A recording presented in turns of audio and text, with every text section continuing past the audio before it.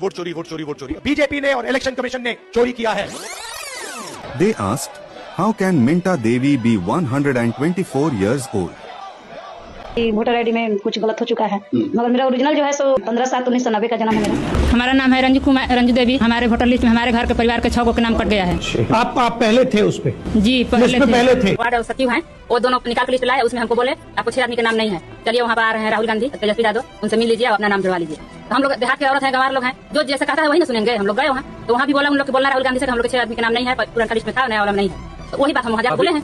They said Aditya Srivastav has voter IDs from UP, Maharashtra and Karnataka. But the truth is, he only voted in Karnataka and got his name removed from the other states. They claimed in Karnataka's Mahadevpura, some voters are fake because their photos aren't available.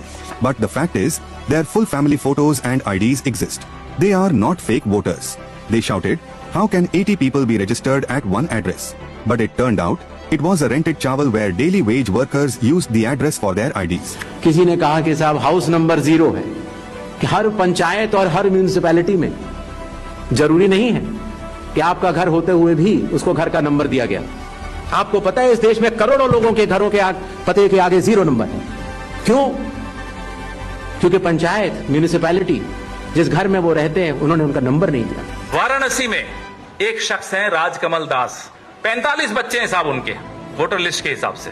देश की विपक्षी पार्टियां यह समाचार social media में प्रकाशित कराने में लगी हैं कि एक एक बाबा के 50-50 बच्चे हैं। यह उन्हें पता होना चाहिए कि जब हम अपने माता पिता को छोड़ करके आते हैं तो आश्रमों के अंदर रहने वाले ब्रह्मचारी, उनमें पिता के स्थान पे उनके गुरु का नाम ही होता है।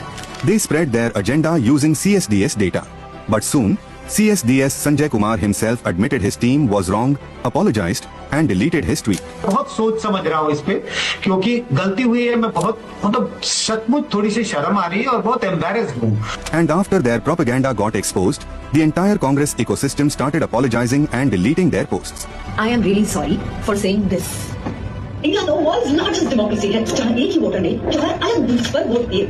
जिस इंसान की फोटो हमने यूज की, he did not vote in 4 different places. He was registered in 4 different places. इसलिए I deleted this video. Even Pawan Khera deleted his tweet and ran away.